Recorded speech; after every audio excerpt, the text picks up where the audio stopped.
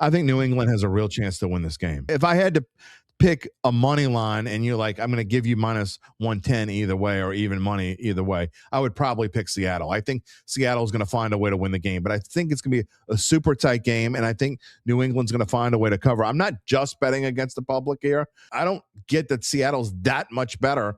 And all we've seen for weeks and weeks is whoever wins the NFC is going to win the Super Bowl. Well, I don't necessarily agree with that. I think Vrabel won Coach of the Year for a reason. I get that they have, they've lucked out and they've played teams at the right time and all that stuff. But I also think New England's a really good football team.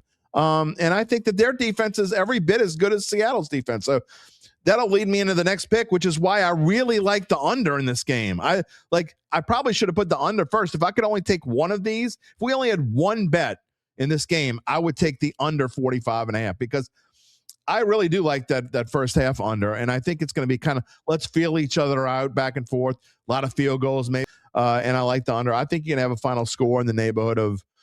I wouldn't surprise me at all if this game was in the teens. Both it was 17-16 or 19-17.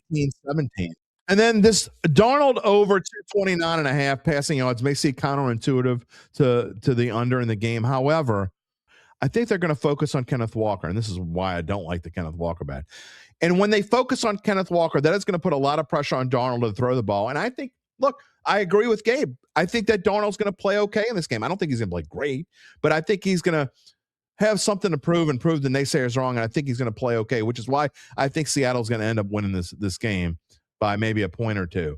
But I also think that to win this game, Darnold's going to have to throw the ball enough. I'm not saying he's going to throw for 300 or anything like that, but I do think that 229.5 is a low number for him. I like Sam Darnold over 229.5 yards passing.